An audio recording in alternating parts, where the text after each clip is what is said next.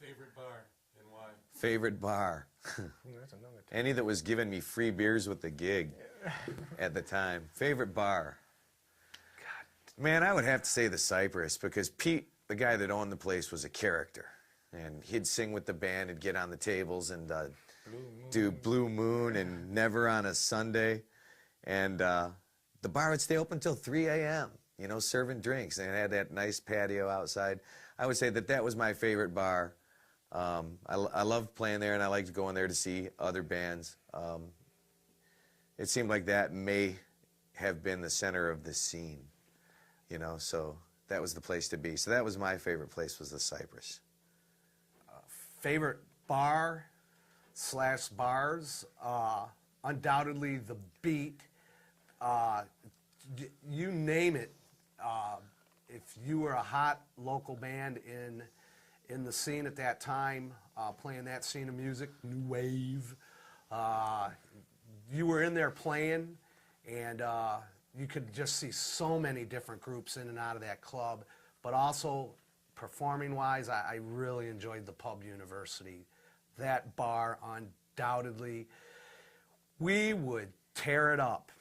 The end of the night, when everybody was gone, and this is no exaggeration, how much beer on the floor? Half-inch to an inch of beer on the whole floor? It The was stage wet. or the dance floor? I am talking the whole bar. You needed a squeegee, We would big have a floor line squeegee. all night long. They would wait to get in to see us.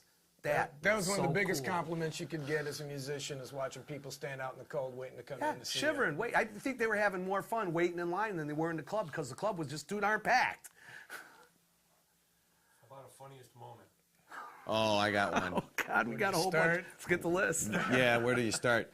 Oh, I think we were playing the Beat, and we had taken Doug's drum riser up another notch by here we going to go. 3 milk crates instead of the standard 2, and I think that would have put him like 3 feet off the ground, perhaps. Oh, yeah. And I think You drum better at a higher altitude. I can't remember what song we were going into. It might have been Stray Cat Strut, and there Doug's on his count. 1, 2, 3. Then, like a sound like someone threw his whole drum set down the steps, and I turned around to see just 2 arms holding drumsticks coming up from behind the riser floor, and watching Doug with that humiliated climb back to the top of his drum throne after taking the spill, and try and recover from that moment. So Well, that was funny. Actually, that was a show I think we did with the London Boys. I think we opened for them, That was funny. if I'm not mistaken. I don't know. have It all blends in.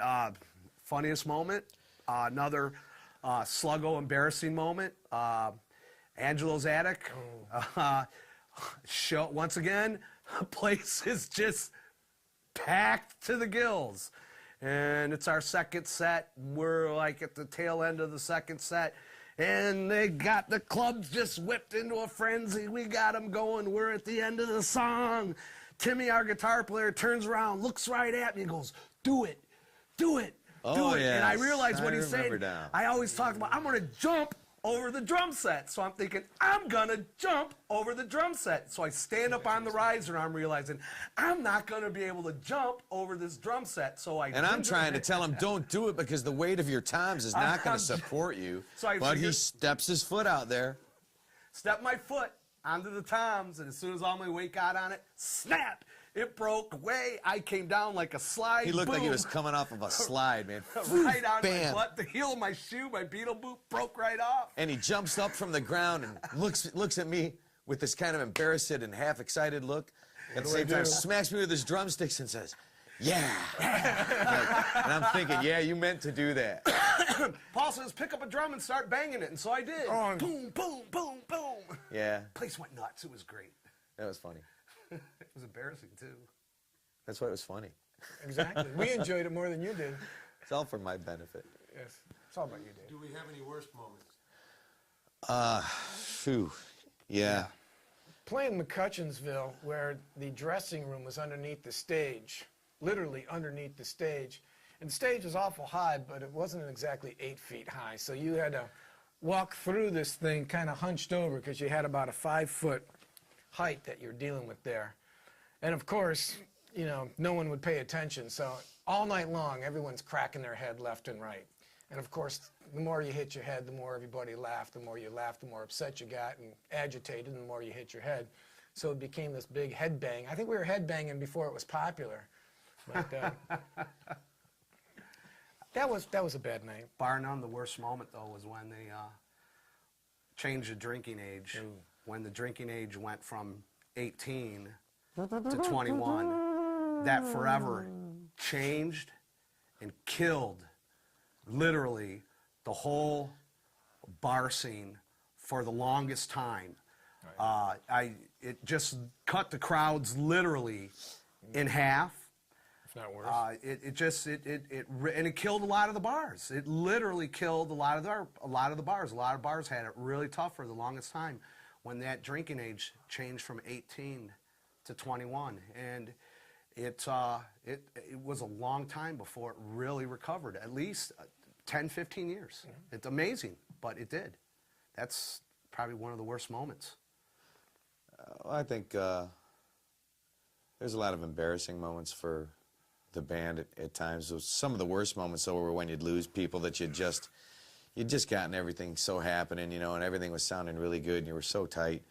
And then, you know, people go on, they want to do other things, and you got to start all over again and start that, put that sound back together again. So that was a tough thing to do over the course of time that we had been together. It's just whoosh, this roller coaster of employees almost, you know, bringing people in and out of the band.